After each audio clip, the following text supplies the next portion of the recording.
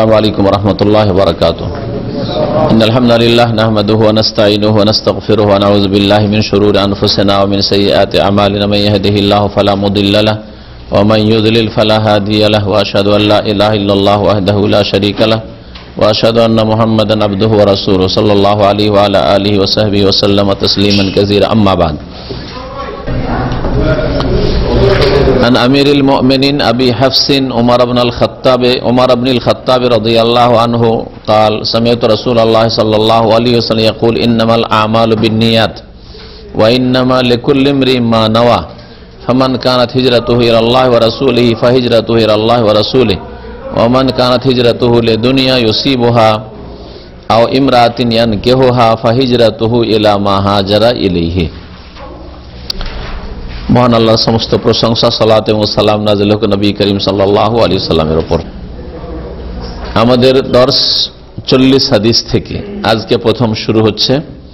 40 হাদিস নামক কিতাবটি আল আরবাউন আন-নওয়াবিয়া, ইমাম নওয়াবী রাহমাতুল্লাহ আলাইহির সংকলিত 40 হাদিস। এই কিতাবে 42টি হাদিস আছে, কিন্তু আরবরা তাদের ভাষায় দশকের দু একটা কম অথবা বেশি হইলে সেটাকে গণ্য করে না। সুতরাং 37, 38, 39 যদি হয় সেটাকে 40, 40ই বলে, দশক পুরা করে দেয়। 41, 42, 43 যদি হয় তো সেটাকে 40 বলে। তো এই হিসাবে এই কিতাবের নাম হয়েছে আল হাদিস আল আরবাউন, 40 হাদিস, না হলে আসলে এতে 42টি হাদিস আছে। ইমাম নওয়াবী রাহমাতুল্লাহ আলাইহি তিনি তার জন্ম এখানে উল্লেখ করেনি, তবে তার ইন্তেকাল হচ্ছে, আসলে ইন্তেকালটা 676 হিজরি, 676 হিজরি। খুব বেশি বয়স তিনি পাননি, খুব বেশি বয়স, অল্প বয়সী পেয়েছিলেন, কিন্তু তিনি অনেক খেদমত করেছেন, তার লিখনির অনেক খেদমত রয়েছে।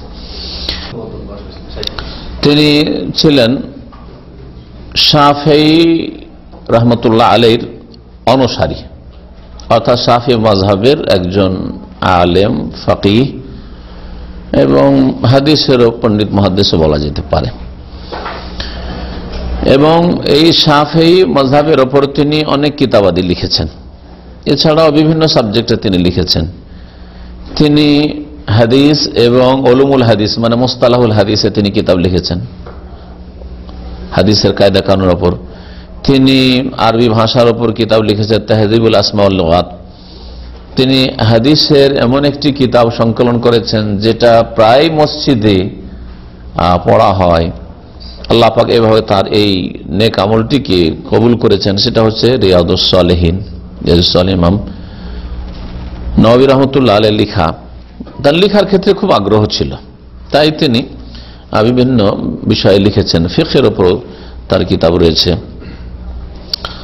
তার একটি ছোট্ট লিখনী হচ্ছে বা সংকলন হচ্ছে এই আল হাদিস আল আরবাউন, 40 হাদিস নামক কিতাবটি, যার দর্শ আমরা এখানে করব। তার এই খেদমতের সাথে সাথে আল্লাহ পাকের নাম এবং গুণাবলীর ক্ষেত্রে, তাওহীদুল আসমা ও সিফাতের ক্ষেত্রে তার ওপর বিষয়টি স্পষ্ট না থাকায় তিনি সিফাতের তাওয়িল করেছেন। আল্লাহ পাক রব্বুল আলামিনের সিফাতের তাওয়িল করেছেন, অস্বীকার করেননি, তিনি তাওয়িল করেছেন। যেমন ইস্তাওয়া আলাল আরশ, আরশে সমুন্নত, আরশে সমুন্নত। আরশের সমাসীনের ওপর অনেক এতরাজ করে, কিন্তু বেশ কিছু যারা ভাষা বুঝে তাদের সাথে আলোচনা করে দেখেছি যে আরশের সমাসীন বললেও কোনো দোষের কথা নাই। সমাসীন মানে এই নয় যে বসে আছেন, বসা বলা হয়নি ওতে। হ্যাঁ, তো যদি বসা শব্দ না ব্যবহার করে তো কোনো দোষের কথা নেই। সুতরাং সমুন্নতই বলতে হবে, আর কেউ সমাসীন বললে একবারে ভুল করে দিবে, এইরকম কথাটিও ভুল। জালাসা বলা হয়নি, হ্যাঁ, জালাসা মানে বসা, তাই না? জি জি, কাদাও বলা হয়নি। তো আল্লাহ আরশে সমুন্নত, আপনি মানুষের দ্বিমত থেকে মুক্ত হওয়ার জন্য, ঊর্ধ্বে হওয়ার জন্য বলেন সমুন্নত, ঠিক আছে। এর তিনি তাওয়িল করেছেন, যেমন অন্য অন্য আশআরীরা তাওয়িল করেছেন, মাতুরীরা তাওয়িল করেছেন। ইস্তাউলা আলাল আরশ, ইস্তাউলা মানে মালিক হওয়া, ওয়েলায়াত থেকে ইস্তাউলা, ইস্তাওয়া মানে ইস্তাওয়াল আল আরশ, আরশের তিনি মালিক হয়েছেন। এই তাবিলগুলি করেছেন। তার কাছে হয়তো এই আকীদাগুলি যদি ভালো ওইরকম ওস্তাদের মাধ্যমে পৌঁছিত তাহলে অবশ্যই তার জন্য স্পষ্ট হইত। অস্পষ্ট ছিল, কিন্তু তার অনেক নেক আমলের সামনে আল্লামা ইবনে উসাইমিন রাহমাতুল্লাহর কথা শোনাচ্ছি, আমার নিজের কথা শোনাচ্ছি না। উনি বলছেন যে এই ভুলগুলি হচ্ছে মিসলু হাযিহিল মাসাইল আল্লাতী ওয়াকা মিনহু রাহিমাহুল্লাহ খাতাউন ফি তাওয়িল বাযি নুসুসিস সিফাত। বেশ কিছু আল্লাহর গুণাবলীর তাওয়িলের যে ভুল ভ্রান্তিতে তিনি পড়ে গেছেন, এই ভুলগুলি ইন্নাহু লামাগমুরুন বিমা লাহু মিন ফাদাইল ওয়া মানাফি জাম্মা। তার যে অন্যান্য ফজিলতের দিক রয়েছে, অন্যান্য দিনের বড় খেদমত রয়েছে, সেগুলির সামনে এগুলি আশা করে ঢাকা পড়ে যাবে। বিদাতি কথা অজান্তে বলে দাও, আর একটা হচ্ছে বিদাতকে বুনিয়াদ বানানো, বেশ বানানো, বিদাত স্থাপন করে নিজের আকীদা মানহাজকে পথকে স্থাপিত করে তারপরে উপরে উঠা, এটা হচ্ছে বড় অপরাধ। আর কেউ যদি বিদাতকে বুনিয়াদ না বানায়, সুন্নতকে বুনিয়াদ বানিয়ে আগে বাড়ার চেষ্টা করেছে, কিন্তু কখনো কখনো তার দ্বারা ভুল হয়ে গেছে বা বিদাত হয়ে গেছে, তাহলে তাকে বিদাতি বলা যায় না। এই কথা একটি মূল্যবান কথা। যেমন আমাদের দেশের আহলে হাদিস ওলামাদের মধ্যে দু একটা বিদাত আছে, এতে ওকে বিদাতি বলা যাবে না। যেমন সম্মিলিত মোনাজাতের বিদাত, তাদের বেশটা হচ্ছে সুন্নত, কিন্তু কিছু জয়ীফ হাদিসের আশ্রয় নিয়ে আর তাদের বড় বড় কিছু আহলে হাদিস আলেমদের আগে তাদের উপর স্পষ্ট হয়নি, মিয়া নাজরুল হোসেন দেহলভির মতো আলেম ফতোয়া নাজিরিয়ার ফতোয়া নিয়ে আর জয়ীফ হাদিস নিয়ে তারা এই দোয়া মোনাজাতের উপরে এখন শক্ত হয়ে আছে। তো এইটুকুর জন্য বিদাতি বলবেন না। যারা বিদাতি বলেছেন অথবা বলছেন বা বলবেন, ওরা বাড়াবাড়ি করবেন। তো বিদাতি কাকে বলা হয়? যে বিদাতকে বুনিয়াদ বানিয়েছে, বেশ বানিয়ে উপরে উঠছে, আসল হচ্ছে ওরা বিদাতি। বিদাতির দ্বারা ভালো কথা হইতে পারে। বহু বিদাতি আছে, তারা ভালো ভালো ফতোয়া বা বেশ কিছু বিষয় সম্পর্কে এমন ভালো ভালো কথা বলেছেন, আমি মাঝে মাঝে উল্লেখ করি। যেমন দাড়ি মুন্ডানোর গুনাহ সম্পর্কে জাকারিয়া সাহেব, শাইখুল হাদিস জাকারিয়া সাহেব ফাজাইল আমল, তাই না? ফাজাইল আমলে সুফিবাদ ঢুকিয়ে আর কিচ্ছা কাহিনী ঢুকিয়ে তো বরবাদ করে দিয়েছেন। কিন্তু তিনি দাড়ি সম্পর্কে একটা এমন এত সুন্দর কথা বলেছেন, সেটা আমি উল্লেখ করি বিভিন্ন আলোচনায়, আজকেও বলছি। সেটা হচ্ছে যে কিছু গুনাহ আছে সাময়িক হয়ে থাকে, যতক্ষণ গুনাহটা করলেন ততক্ষণ হইল, ব্যাস, ঠিক না? যতক্ষণ সিগারেট খেলে ততক্ষণ সিগারেট খাওয়ার গুনাহ, হ্যাঁ, যে সময়টা মিথ্যা কথা বলে ওই সময়টা শুধু গুনাহটা হইল, ঠিক কিনা? চোর চুরি করছে, যে সময় চুরি করতে ঢুকেছে ওই সময় চোর না, সারাদিন চোর চুরি করছে, সারাদিন তো আর চুরির পাপের নেই, যে সময়টা যে চুরি করেছে চোর, কাবিরা গুনাহ হোক, কিন্তু সময়টা তার সীমিত। দাড়ি মুন্ডার লোকের গুনাহটা কি বলবেন?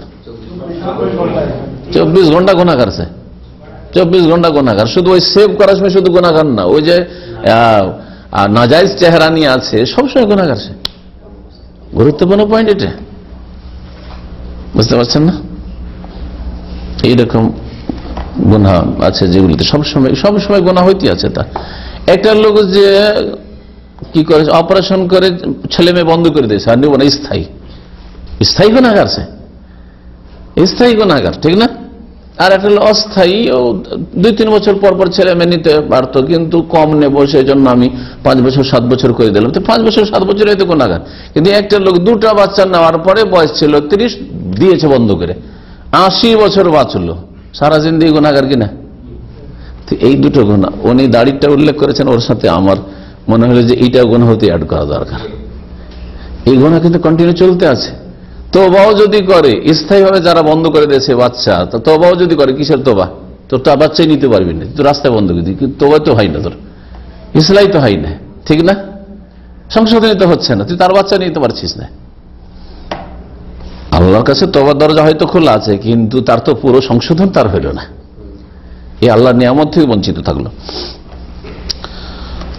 এই কথাই বলেছেন তার সম্পর্কে যে তার অনেক নেক আমল এবং ইলমের খেদমত, কোরআন হাদিসের খেদমতের সামনে কিছু তার ভুল ভ্রান্তি হয়েছে আকীদার, সেগুলো তিনি ভিত্তি বানাননি, কিন্তু ভুল হয়েছে। আল্লাহ ইনশাআল্লাহ মাফ করবেন।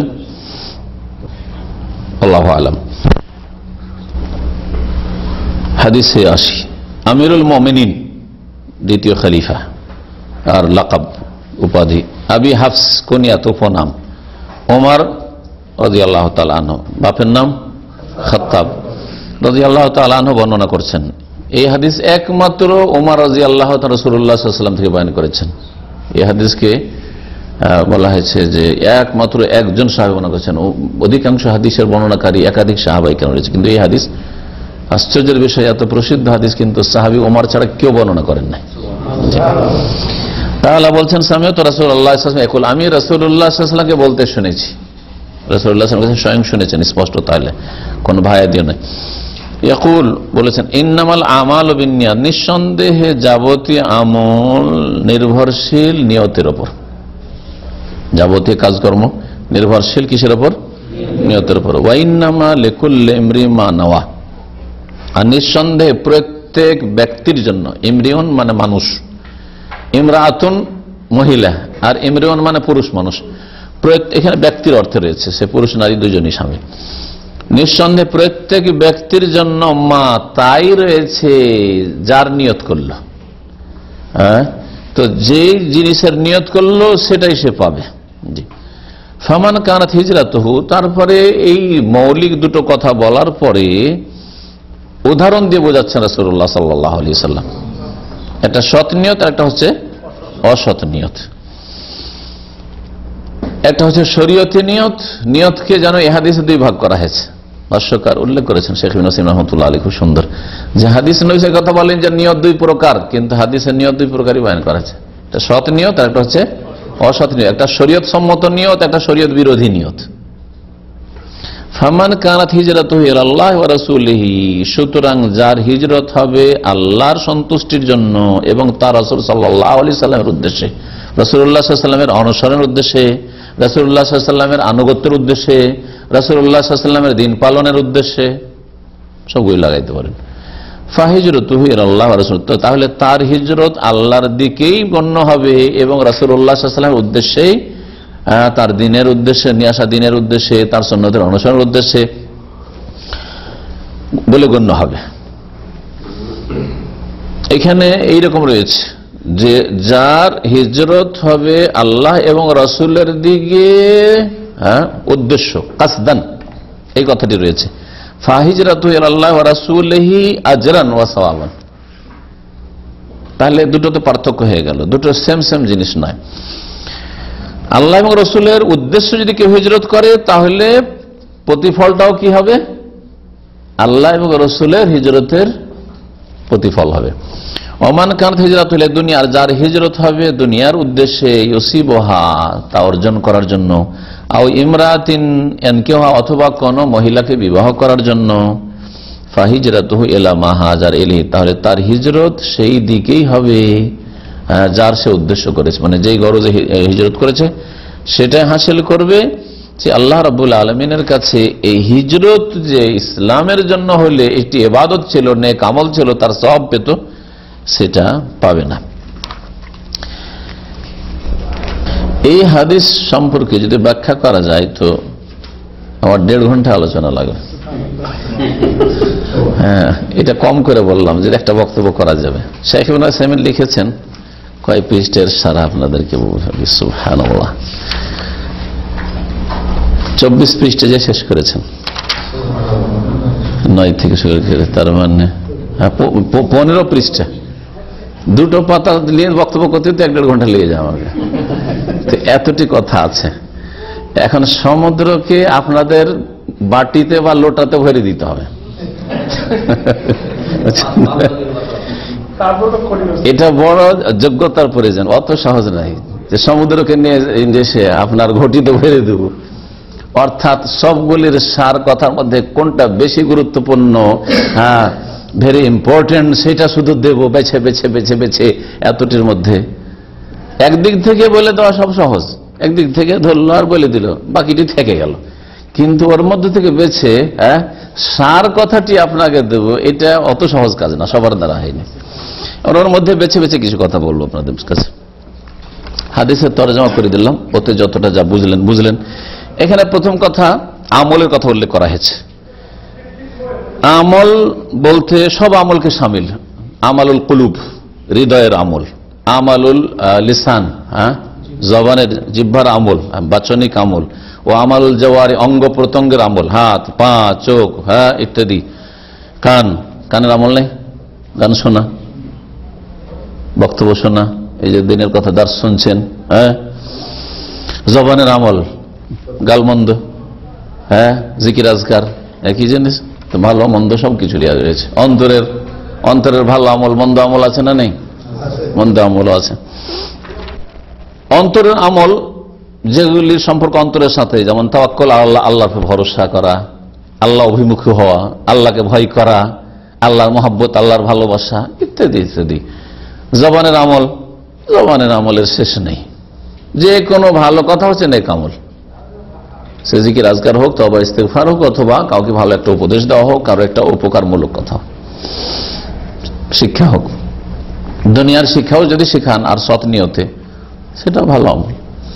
অঙ্গ প্রত্যঙ্গের আমল, বহু আমল রয়েছে, সেগুলি নিজে উদাহরণ দিতে পারবেন। একটি বিষয় ছিল নিয়ত। নিয়ত মানে হচ্ছে অন্তরের সংকল্প। নিয়তের মাধ্যমে কি ফায়দা হয়, একটা জিনিস জানার বিষয়, সূক্ষ্ম জিনিস। নিয়তের মাধ্যমে দুটো ফায়দা হয়। একটা ফায়দা, একটা উপকারিতা হচ্ছে যে আদাতকে ইবাদত থেকে পৃথক করা হয়। আদাত মানে অভ্যাসগত কাজকর্ম, দৈনন্দিন যেসব কাজকর্ম করছেন, এমনি দুনিয়ার কাজ কিন্তু দৈনন্দিন করছেন, যেমন খাওয়া দাওয়া করছেন, এটা হচ্ছে আদাত। আদাতকে ইবাদত থেকে পৃথক করা হয়। নিয়ত যদি সৎ থাকে তো আদাতটাই ইবাদত বলে গণ্য হইতে পারে, আর নিয়ত যদি সৎ না থাকে বা নিয়ত না থাকে ভালো কিছু, তাহলে ইবাদতটাও আদাতে বরং শিরকে পরিণত হইতে পারে।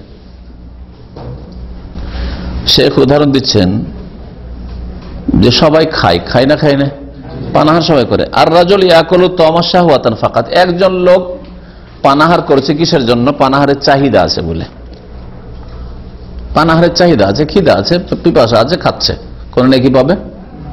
কোন নেকি পাবে না।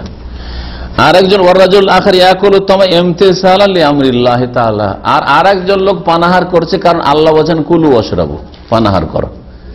আর পানাহার করে তার উদ্দেশ্য হচ্ছে আমি শরীরকে সুস্থ রেখে আল্লাহ যে উদ্দেশ্যে আমাকে পয়দা করেছেন তা করবো, ইবাদত করবো, নাকি পাবে না? পাবে না। তো আদাতকে ইবাদত থেকে নিয়তের মাধ্যমে পৃথক করা হয়। একটি কাজ একজনের ইবাদত হলো, একজনের কিছু হলো না, জিরো। এমনকি ইবাদত নামাজ, নিয়তের কারণে ইবাদতে অনেক সওয়াব পেতে পারেন, আবার ইবাদত শিরক হইতে পারে। নামাজ যদি আল্লাহর সন্তুষ্টির জন্য হয়, পরকাল মুক্তির জন্য হয়, আর রাসূলের তরিকা হয়, তাহলে মকবুল, ঠিক না?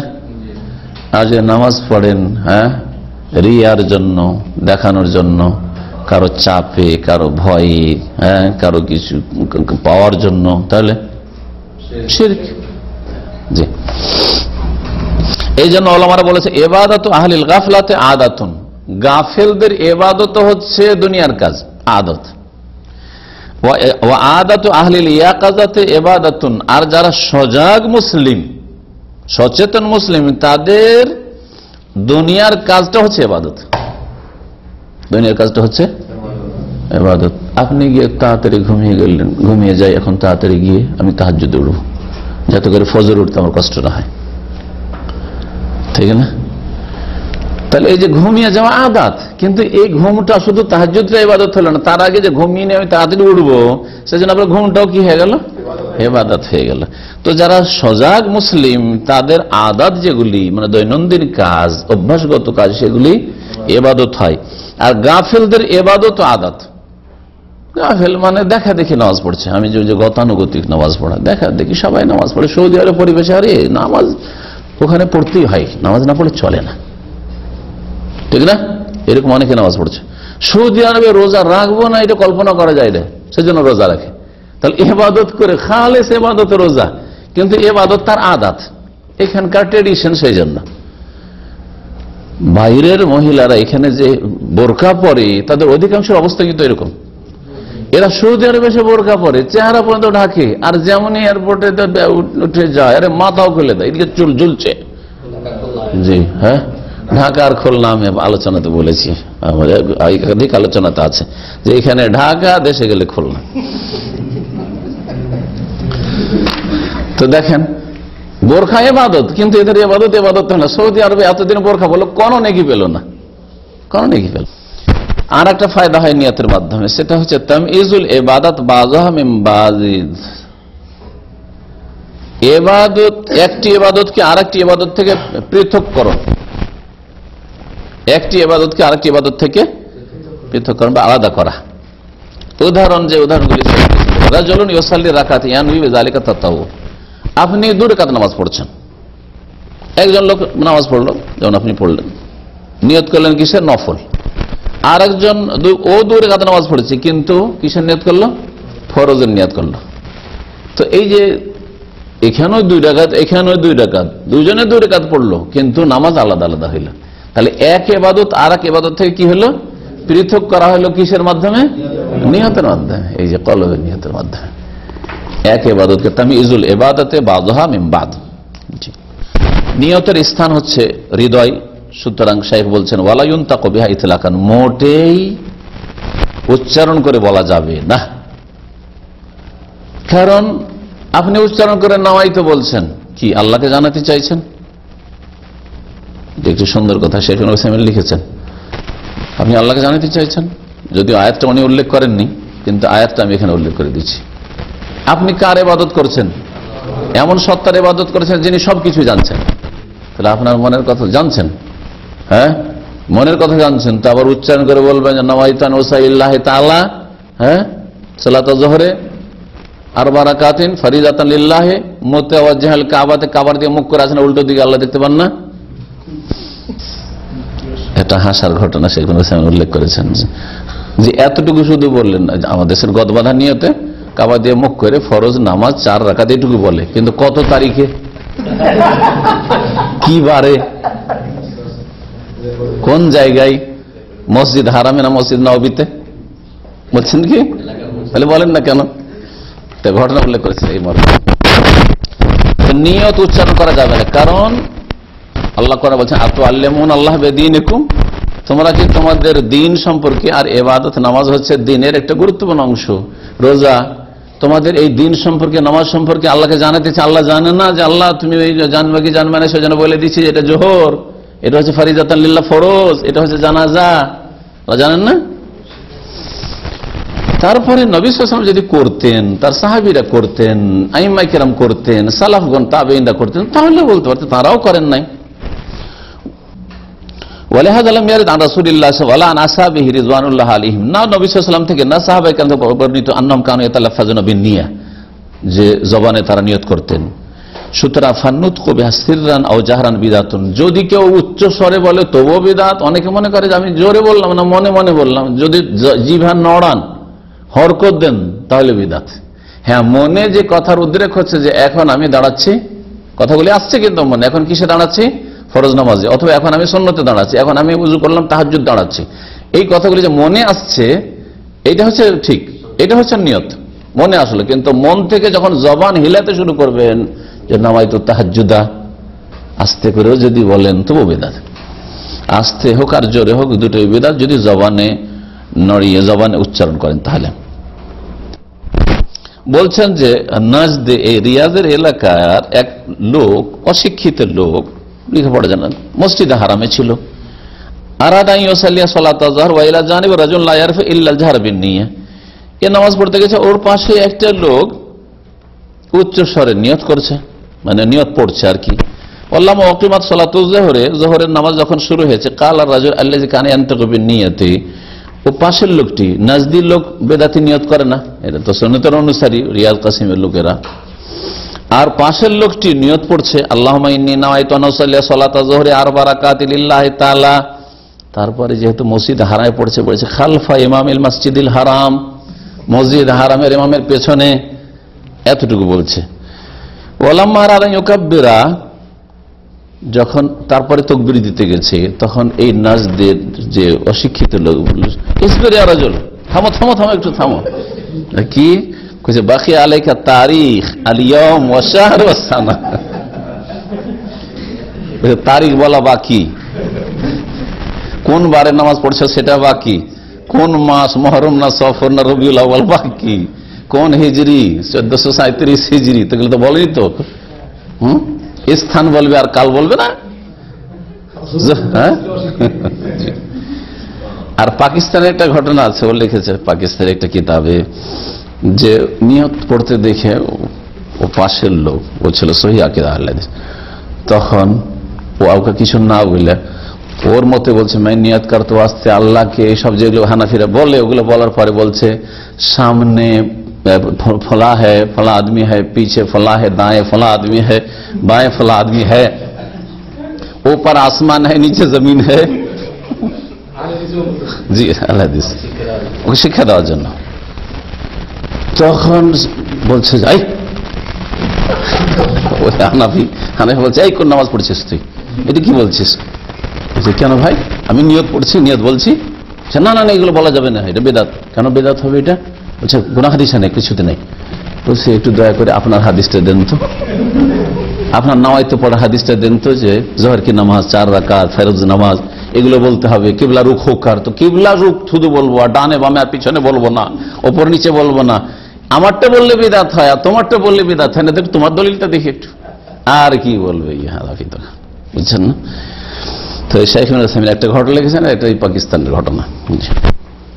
আল্লাহ হিদায়াত করে এইসব বিদাতপন্থীদেরকে। হিজরত কাকে বলা? হিজরত মানে পরিত্যাগ করা। হিজরত মানে, এই হিজরতের শাব্দিক অর্থ স্থানান্তরিত না। হিজরত মানে হচ্ছে ত্যাগ করা। হিজরত মানে ত্যাগ করা। এই জন্য নবী সাল্লাল্লাহু আলাইহি ওয়াসাল্লাম লা ইয়াহিল্লু লিমুসলিমিন আন ইয়াহজুরা আখাহু ফাওকা সালাস, কোন মুসলিমের জন্য জায়েজ না যে নিজের মুসলিম ভাইকে পরিত্যাগ করবে 3 দিনের বেশি, ওর সাথে কথাবার্তা বন্ধ। আন ইয়াহজুরা আখাহু, হাজারা ইয়াহজুরা মানে পরিত্যাগ করা, কথা বন্ধ করা। জি, 3 দিনের বেশি জায়েজ নাই। 3 দিন একটু রাগ ঠান্ডা করার জন্য, ওরও ঠান্ডা হোক আমারও ঠান্ডা হোক, তারপরে তখন করতে পারেন, কিন্তু 3 দিনের বেশি জায়েজ নাই। এটা হচ্ছে শাব্দিক অর্থ, ত্যাগ করা। শরীয়তের ভাষায় আল ইন্তেকাল মিন বালাদিল কুফরি ইলা বালাদিল ইসলাম, হিজরত বলা হয় শরীয়তের ভাষায় কুফরির দেশ থেকে ইসলামের দেশে ফিরে আসা। হিজরত সম্পর্কে শেখ একটি মাসলা উল্লেখ করছেন যে হিজরত করা ফরজ না সুন্নাত? কখনো ফরজ, কখন ফরজ হবে? দিন পালন করতে কষ্ট হবে। আন্নাল হিজরাত ওয়াজিবাতুন আলা কুল্লি মুমিন লা ইয়াস্তাতি ইজহারা দীনিহি ফি বালাদিল কুফর, কুফরির দেশে, কুফরির দেশ বলা হয়েছে। মুসলিম দেশে যদি বিদাতীদের কারণে অথবা গুনাহগার পাপীদের কারণে ওখানে বসবাস করতে কষ্ট হয়, তখন একটু ভিন্ন হুকুম হবে। সেই জন্য বলছে যে কুফরির দেশ থেকে, যেখানে দ্বীন ইসলাম পালন করা যাচ্ছে না, ইসলামী শিক্ষা দেওয়া যাচ্ছে না, নেওয়া যাচ্ছে না, ফারাইজ ওয়াজিবাত আদায় করা যাচ্ছে না, হারাম নাজায়েজ থেকে বেঁচে থাকা যাচ্ছে না, এটা হচ্ছে দিন কায়েম করা, দিন পালন করা। ব্যক্তি জীবনে, পারিবারিক জীবনে পারছেন না, রাষ্ট্রনীতি তো সারা পৃথিবীতে কোথাও করা যায় না, সৌদি আরব ছাড়া তো কি করে সব হিজরত করে চলে সৌদি আরব নাকি? না, রাষ্ট্রনীতির কথা, কারণ রাষ্ট্রনীতি আপনার হাতে না, আপনার হাতে হচ্ছে আপনি এবং আপনার পরিবার আর আপনার রুজি রোজগার, অর্থনীতি। এইগুলো ক্ষেত্রে যদি আপনি দিন পালন করতে পারেন তাহলে হিজরত করতে হবে না। হিজরত ফরজ কখন? যখন নিজের দিনকে প্রকাশ না করতে পারবে কুফরির দেশে। ফালা ইয়াতিমু ইসলামু ইল্লা বিল হিজরা, হিজরত না করলে তার ইসলাম সম্পন্ন হচ্ছে না। সুতরাং ইসলাম সম্পন্ন করা যেমন ফরজ, তো যে যাতে করে ইসলাম কি করতে পারে, প্রতিষ্ঠা করতে পারে, এই ফরজ, সেটা হচ্ছে হিজরত। সুতরাং হিজরত করা হচ্ছে ফরজ। যেমন মুসলিমরা মক্কা থেকে হাবাসা হিজরত করেছিল, অথচ হাবাসাও কাফের দেশ, খ্রিস্টানদের দেশ ছিল, কিন্তু নবী সাল্লাল্লাহু আলাইহি ওয়াসাল্লাম বললেন যে ওখানে কারোর জুলম অত্যাচার করা হয় না, ওখানে ভালো একজন ন্যায়পরায়ণ রাজা রয়েছেন, ফাইন্না হুনাকা মালিকুন আদিল লা ইউযলামু ইনদাহু আহাদ, ওখানে একজন ন্যায়পরায়ণ শাসক রয়েছে নাজাসী, তার কাছে জুলম হবে না, আশা করি তোমরা মক্কা ছেড়ে ওখানে চলে যাও। তো এরকম করা যেতে পারে। হয়তো মুসলিম দেশে আসা যাচ্ছে না, কিন্তু এক কুফরির দেশ থেকে আর এক কুফরির দেশে তুলনামূলক ভালো, ওখানে গেলে অন্তত ব্যক্তি জীবনে, পারিবারিক জীবনে ইলম চর্চা করা, এগুলি করতে পারবো, তো হিজরত করেন। যেমন নবী সাল্লাল্লাহু আলাইহি ওয়াসাল্লাম মক্কা থেকে মদিনা হিজরত করেছেন, সাহাবায়ে কেরামরা হিজরত করেছেন। তো হিজরত তখন ফরজ ছিল, কিন্তু মক্কা বিজয়ের পরে আর হিজরত ফরজ থাকেনি, তখন মক্কার লোক মক্কাতেই থেকেছে। রাসূলুল্লাহ সাল্লাল্লাহু আলাইহি ওয়াসাল্লামের পরে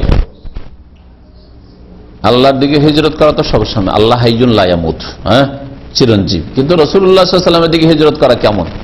কারণ হাদিসে এসেছে ফামান কানাত হিজরাতু ইলাল্লাহি ওয়া রাসূলিহি, যে আল্লাহ এবং রাসূলের দিকে হিজরত করলো। তো আল্লাহর দিকে হিজরত তো বুঝলাম, যে আল্লাহর দিনকে পালন করার জন্য হিজরত করলাম, হ্যাঁ, আল্লাহর সন্তুষ্টির জন্য হিজরত করলাম। নবী করিম সাল্লাল্লাহু আলাইহি ওয়াসাল্লামের জন্য দিকে হিজরত, মক্কা থেকে মদিনা নবী চলে গেছেন, আমরাও মদিনা যাই, জীবদ্দশায় তো ছিল। কিন্তু এখন কি নবী সাল্লাল্লাহু আলাইহি ওয়াসাল্লামের কবর উদ্দেশ্যে হিজরত করবো সব মদিনায় নাকি? না। তাহলে নবী সাল্লাল্লাহু আলাইহি ওয়াসাল্লামের দিকে এখন হিজরত করার কোন রাস্তা বাকি আছে বা কোন একটা তরিকা আছে? কি তরিকা? মাশাআল্লাহ, ঠিক বুঝছেন। তাহলে বলছেন যে নবী সাল্লাল্লাহু আলাইহি ওয়াসাল্লামের ব্যক্তিত্ব যদি নেন, আম্মা শাখসুহু ফালা, নবী সাল্লাল্লাহু আলাইহি ওয়াসাল্লামের ব্যক্তিত্বের দিকে হিজরত নেই, কারণ তিনি দুনিয়া থেকে বিদায় নিয়েছেন। তার কবরের জন্য হিজরত করে, যে মদিনায় কবর আছে আমরা মদিনা চলে যাই, এটা কোনো শরীয়তি হিজরত নয়। ওয়ালিহাযা লা ইউহাজারু ইলা মাদিনা মিন আজালি শাখসি রাসূলুল্লাহ সাল্লাল্লাহু আলাইহি ওয়াসাল্লাম লিআন্নাহু তাহতা সারা, তিনি মাটির নিচে আছেন কবরে। সুতরাং নবী সাল্লাল্লাহু আলাইহি সাল্লামের ব্যক্তিত্বের জন্য আর হিজরত নাই। আম্মাল হিজরাতু ইলা সুন্নাতিহি ওয়া শারইহি সাল্লাল্লাহু আলাইহি ওয়াসাল্লাম, নবী সাল্লাল্লাহু আলাইহি সাল্লামের আদর্শের জন্য, তার নিয়ে আসা শরীয়তের জন্য হিজরত করা, হ্যাঁ, তার প্রচার প্রসারের জন্য হিজরত করা, সেটা পালনের জন্য হিজরত করা, এটা কিয়ামত পর্যন্ত বাকি থাকবে।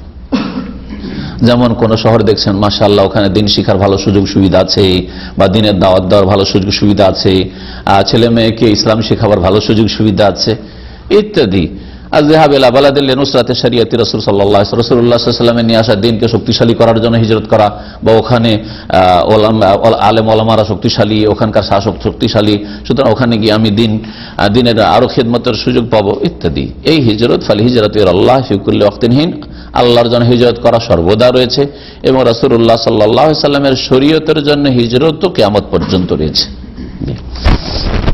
যেমন আল্লাহ কোরআন বলেছেন সূরা নিসার আয়াত নম্বর 59, ফাইন তানাজাতুম ফি শাইইন ফারুদ্দুহু ইলাল্লাহি ওয়া রাসূলিহি, যদি কোন বিষয়ে দ্বিমত হয় তাহলে কোন দিকে ফিরিয়ে দাও?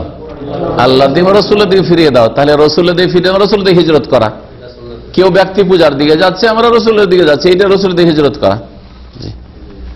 যারা পীরের মরিদ পীরের তরিকার দিকে যাচ্ছে, আমরা রাসূলুল্লাহ মুহাম্মদ রাসূলুল্লাহ সাল্লাল্লাহু আলাইহি ওয়াসাল্লামের দিকে যাচ্ছি, এটা রাসূলুল্লাহর দিকে হিজরত করা সাল্লাল্লাহু আলাইহি ওয়াসাল্লাম। এই হাদিসে এত বেশি মাসাইল এবং এত বেশি গুরুত্বপূর্ণ বিষয় রয়েছে যে এই হাদিসের উপরে অনেকেই কিতাব লিখেছে। খুব গুরুত্বপূর্ণ এই হাদিস। এই হাদিস দুটো হাদিসের উপর ইসলাম নির্ভরশীল ওলামারা বলেছেন। তার একটি হাদিস, ইসলামের ইবাদত বন্দেগী কবুল হওয়ার জন্য কয়টি শর্ত? দুইটা শর্ত। একটা শর্ত ইন্নামাল আমালু বিন্নিয়াতে আছে, আর একটি শর্ত আছে মা আয়েশা রাদিয়াল্লাহু আনহা বর্ণিত হাদিস, মান আমিলা আমালান লাইসা আলাইহি আমরুনা ফাহুয়া রাদ্দুন।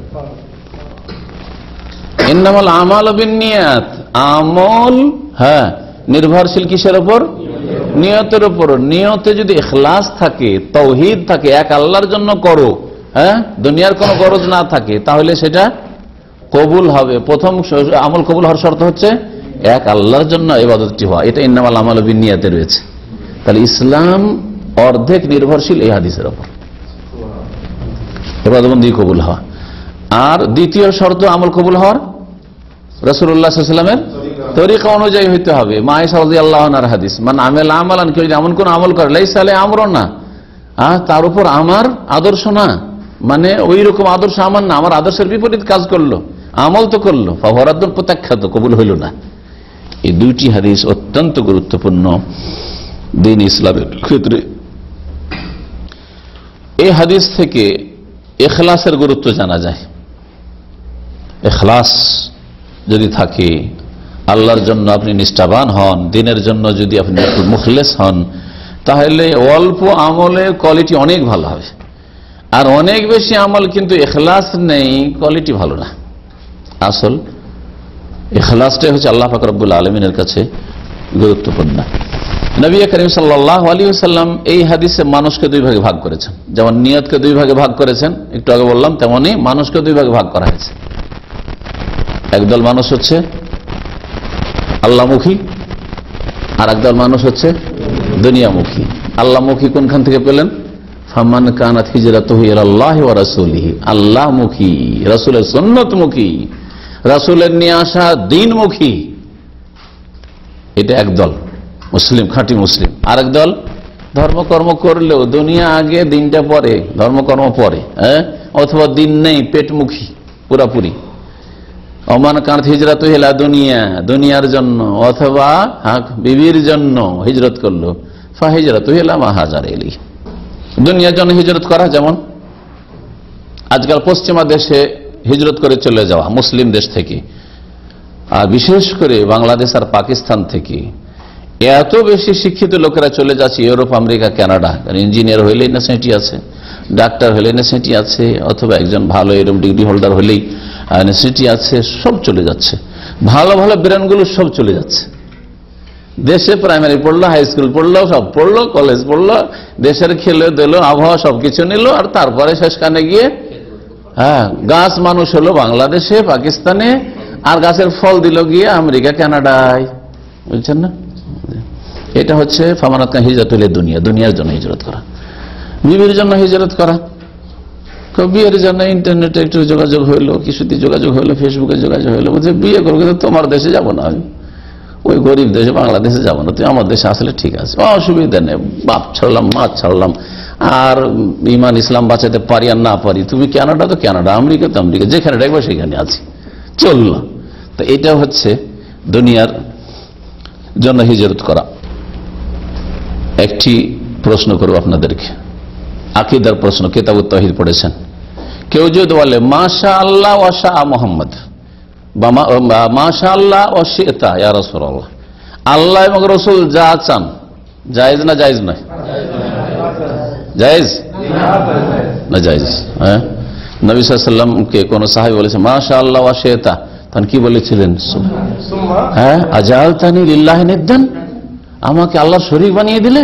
কুল মাশা আল্লাহ ওয়াহদাহু, অথবা সুম্মা দিয়ে বলো, আর হাদিসে রয়েছে মাশা আল্লাহ সুম্মা শি'তা, আল্লাহ যা চান অথবা রাসূল যা চান, অথবা দিয়ে বলা যেতে পারে, কিন্তু ওয়াও দিয়ে বলা যাবে না। ওয়াও দিয়ে একত্রিত করে দেওয়া হচ্ছে, আল্লাহর সমতুল্য সমকক্ষ বানিয়ে দেওয়া হচ্ছে। তাহলে এটা আকীদায় পড়ে রেখেছেন যে এটা জায়েজ নয়। এই হাদিস আছে ফামান কানাত হিজরাতু ইলাল্লাহি ওয়া রাসূলিহি, আল্লাহ এবং রাসূলের দিকে হিজরত। আর এটা কেমন করে জায়েজ হলো? তাহলে কি জবাব আছে?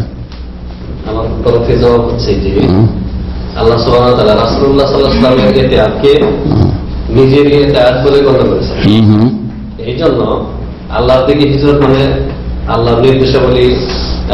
তো সুম্মা দিয়ে বলতো, পাশাপাশি আল্লাহর সাথে কেন রেখে দিল? ওখানে কেন জায়েজ হলো না?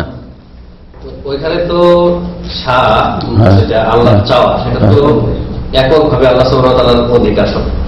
সেটা বান্দার কেন বিশ্বাস জীবদ্দশায় নবী সাল্লাল্লাহু আলাইহি ওয়াসাল্লাম চাইলেও সাহাবীদের কিছু দিচ্ছেন না, এমন বিষয় আছে যেগুলি আল্লাহ ছাড়া কেউ সক্ষম না, সেখানে ওইভাবে তো ভাগ করেনি ওই হাদিসে। ওখানে তো তাহলে জীবদ্দশাতে বলা যেত মাশাআল্লাহ, সে তো ওই সাহাবীদের জীবদ্দশায় বলেছিল। এগুলো কল্পনা করা হবে না, আমি সূক্ষ্ম হয়ে বলে দিই আপনাদের, সময় পার হচ্ছে, হবে না, ও কল্পনা দৌড় দিতে পারবেন না। কাজ দুই রকমের আল্লাহ পাক রব্বুল, একটা হচ্ছে বিধানগত শরীয়তগত কাজ, আর একটা হচ্ছে সৃষ্টিগত কাজ। এর আগে আমি তাফসীর করতে গিয়ে অনেকবারই বলেছি, একটা হচ্ছে আমরে কাউনি আর একটা হচ্ছে আমরে শারঈ। আল্লাহ পাক রব্বুল আলামিন তার বিধানগত দিক থেকে ভালো ছাড়া মন্দ চান না। চান কি? ওয়ালা ইয়ারদা লিইবাদিল কুফর, বান্দার জন্য কুফরের উপর আল্লাহ কখনো রাজি না। কিন্তু সৃষ্টিগতভাবে আল্লাহ চান, আল্লাহর মাশিয়াত, যে সৎ থাক অসৎ থাক। হ্যাঁ, ভালো কাজ করছে স্বাধীনভাবে করুক, মন্দ কাজ করছে জবরদস্তি বাধা দেবো না, করুক। তো আল্লাহ চাওয়ার বিরুদ্ধে কি সেটা হচ্ছে? এটা হচ্ছে সৃষ্টিগত। তো এখানে এই কথাটিকে ফিট করতে হবে। শরীয়তগত বিষয়গুলিতে আল্লাহর সাথে রাসূলকে মিলিয়ে বলা যাবে, তার জীবদ্দশার সাথে বলা যাবে, এখনো বলা যাবে, শরীয়তগত বিষয়। সৃষ্টিগত বিষয় আল্লাহর সাথে রাসূলকে মিলিয়ে বলা যাবে না, বুঝলেন? মাশা আল্লাহ ওয়া শি'তা, ইয়া রাসূলুল্লাহ, আল্লাহ যা চান আর আপনি যা চান, এটা সৃষ্টিগত বিষয় ছিল। মানে আমার সম্পর্কে আল্লাহ যা চান তাই হবে এবং রাসূল যা চান তাই হবে, এটা সৃষ্টিগত দিক থেকে। আমরা কওনি তো এইটা শিরক, কারণ সৃষ্টিগত বিষয়ে একমাত্র চাওয়া আল্লাহ রাব্বুল, আল্লাহর চাওয়ার বিরুদ্ধে কোনো কিছু হতে পারে না। ওমা তাশাউনা ইল্লা আইয়াশা আল্লাহ রাব্বুল আলামিন। শরীয়তগত বিষয়ে আল্লাহ যা চান এবং রসুল যা চান, বা আল্লাহর দিকে হিজরত, রসুলের দিকে হিজরত, হ্যাঁ হইতে পারে। কেমন করে? আয়াতটা ঠিক পড়েছিলেন যে শরীয়তের ক্ষেত্রে রসুলকে যেমন মানা তেমন আল্লাহকে মানা। মাইয়তি রসুলা ফকাদা, যে রসুলকে মানলো সে আল্লাহকে মানলো, যে রসুলকে মানলো সে আল্লাহকে মানলো। তো শেখ বলছেন যে এই দুটো ভাষাতে পার্থক্য কি? একজন সাহাবী মাশাআল্লাহ সে তা বললেন, তখন নবী সাল্লাল্লাহু আলাইহি ওয়াসাল্লাম বললেন বেল মাশাআল্লাহ ওয়াহদাহু, এরকম বলবে। তো বলছেন জবাব হচ্ছে মা ইয়াতাআল্লাকু বিশ-শরীআহ, শরীয়ত সাথে সম্পর্কিত বিষয় যদি হয় তাহলে ওয়াও দিয়ে বলা যাবে, ফায়ুআব্বার আনহু বিল ওয়াহ। কারণ নবী সাল্লাল্লাহু আলাইহি ওয়াসাল্লাম শরীয়তের বিষয়ে যা বলেছেন সেটা আল্লাহরই কথা। লিআন্না মা সাদারা আন নবী সাল্লাল্লাহু আলাইহি ওয়াসাল্লাম মিনাশ শরীআহ কাল্লাযী সাদারা মিন আল্লাহ, যেটা আল্লাহর কোরআনে আছে আর রাসূলের হাদিসে, দুটো সমান। গত জুমাতে যেমন পড়লেন, দুই বোনকে একত্রিত করা যাবে না, একসাথে স্ত্রী বানিয়ে দুটো রাখা যাবে না দুই বোনকে, এটা কোরআনের কথা, আল্লাহর কথা। আর রাসূলুল্লাহ সাল্লাল্লাহু আলাইহি ওয়াসাল্লাম হাদিসের কথা আপনার স্ত্রী আর ওর খালাকে, আর স্ত্রী অথবা স্ত্রী এবং তার ফুফুকে একসাথে রাখা যাবে না। একটা হাদিসের কথা আর একটা কোরআনের কথা, দুটো বিধানে কোনো পার্থক্য আছে? কোনো পার্থক্য নেই। জি, কারণ আল্লাহ সূরা নিসা আয়াত নম্বর 80 তে বলেছেন মাইয়াতুই রাসূলা ফাকাদ আতা আল্লাহ। ওয়া আম্মাল উমুরুল কাউনিয়া, সৃষ্টিগত যে বিষয়গুলি, সেই ক্ষেত্রে রাসূলকে বা আল্লাহ ছাড়া অন্যকে আল্লাহর সাথে মিলানো যাবে না। ফালা ইয়াজুজু আন ইউকরানা মা আল্লাহ আহাদ বিল ওয়াও, ওয়াও দিয়ে মেলানো যাবে না, সুম্মা দিয়ে মেলাতে পারেন। কেউ যদি জিজ্ঞেস করে আপনাকে যে আগামীকালকে বৃষ্টি হবে কি, আগামীকালকে বৃষ্টি হবে কি, আপনি জবাবে যাবেন আল্লাহ ওয়া রাসূলু আলাম, জায়েজ? আল্লাহ ওয়া রাসূল, আল্লাহ এবং তার রাসূল বেশি জানেন, জায়েজ হবে? কারণ বৃষ্টি নামানোটা হচ্ছে সৃষ্টিগত কাজ, শরীয়তগত কাজ না। উদাহরণটা দিয়েছে ক্লিয়ার হয়। আচ্ছা, আর একটা মাসলা, তাহলে এটা তো বুঝে নিলেন। কেউ যদি জিজ্ঞাসা হচ্ছে এটা হালাল না হারাম, এটা হালাল না হারাম, ওইটা জিজ্ঞেস করেননি, আপনি জানেন না, আপনি জানেন না যে এটা পানি আছে না মদ, সন্দেহ জানান নাই। তো যদি বলেন এখানে আল্লাহ ওয়া রাসূলুহু আলাম, বলা যাবে না? যাবে না, কারণ শরীয়তের বিষয়ে আল্লাহ জানেন এবং রসুলকেও তিনি জানিয়েছেন, রসুলও জানেন। সুতরাং আল্লাহ ওয়া রাসূলুহু আলাম, আল্লাহ এবং তার রসুল আমার চেয়ে বেশি জানেন, বলতে পারবেন।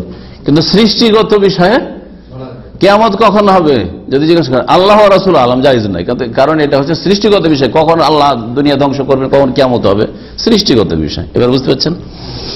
তো বলছেন যদি কেউ জিজ্ঞেস করে হাযা হালাল আও হারাম, ফাকিলা ফিল জাওয়াব আল্লাহ ওয়া রাসূলুহু আলাম, আল্লাহ এবং রসুল বেশি জানেন, যদি বলেন ফাহাযা সহিহ, এটা সহিহ, কারণ রসুলের হুকুমটাই শরীয়তের ক্ষেত্রে আল্লাহর হুকুম। হ্যাঁ, যেমন আয়াতে বললাম যে রসুলকে মানলো সে আল্লাহকে মানলো। জি, হিজরত করা সম্পর্কে ওয়াজিব না মুস্তাহাব বলছিলাম মাসালাটা, না?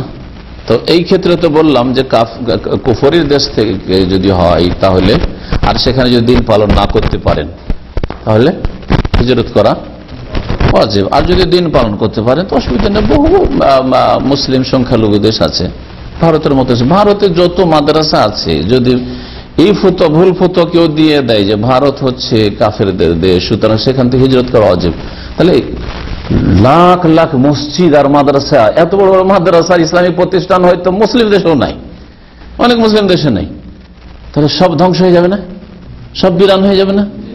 এটা কি একটা জ্ঞানীর ফতোয়া, একটা আলেমের ফতোয়া হবে? জাহেলের ফতোয়া হবে। যেখানে দিন পালন করতে পারছে, হ্যাঁ, যেখানে দিন পালন করতে পারছে না, হ্যাঁ, দিনের শিক্ষা দিতে পারছে না, তখন হিজরত ওয়াজিব হবে। গুনাহগারদের দেশ থেকে, এটা বাকি, এটা দিয়ে শেষ করে দেবো, সময় শেষ হয়ে গেছে মনে হয়। হ্যাঁ, ফাসেক, আপনার গ্রামে সব ফাসেক লোক অথবা বিদাতি লোক, বিদাতিরও ফাসেক, বিদাতি ধর্মের নামে ফাসেক, আর যারা বেদিন কাবিরা গুনাহ করছে, ফরজ নামাজ পড়ছে না, ফরজ ইবাদতবন্দি করছে না, তারাও ফাসেক। ফাসেকদের মাঝে থাকা ভালো না হিজরত করা ভালো? হ্যাঁ, কি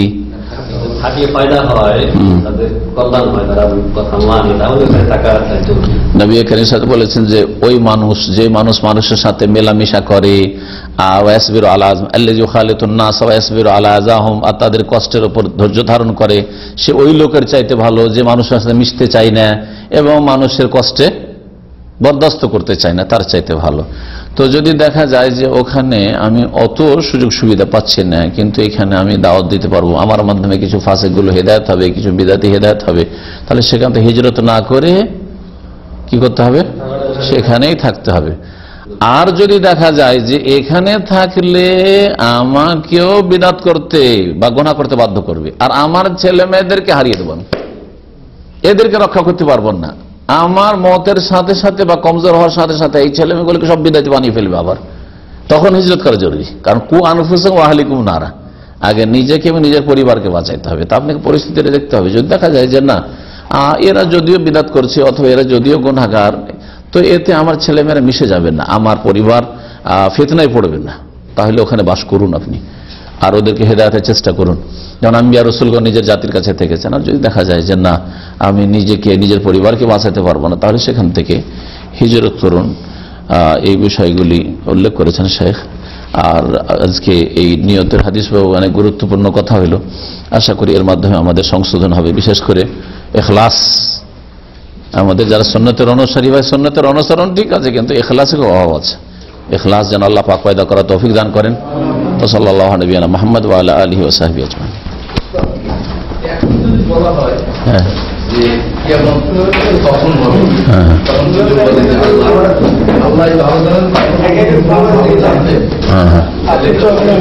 আল্লাহ ভালো জানতেন তো না, আল্লাহ সবসময় আছে, আল্লাহ ভালো জানেন।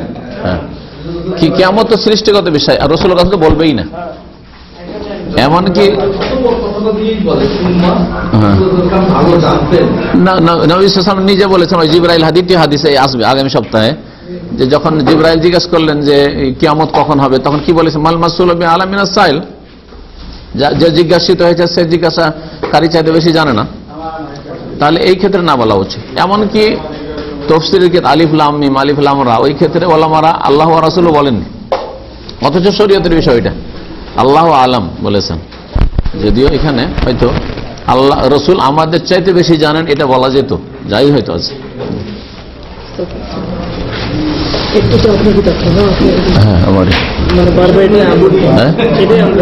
হ্যাঁ, এটা নয়, অনেক লম্বা কিতাব, 40টা হাদিস, এত মোটা কিতাব।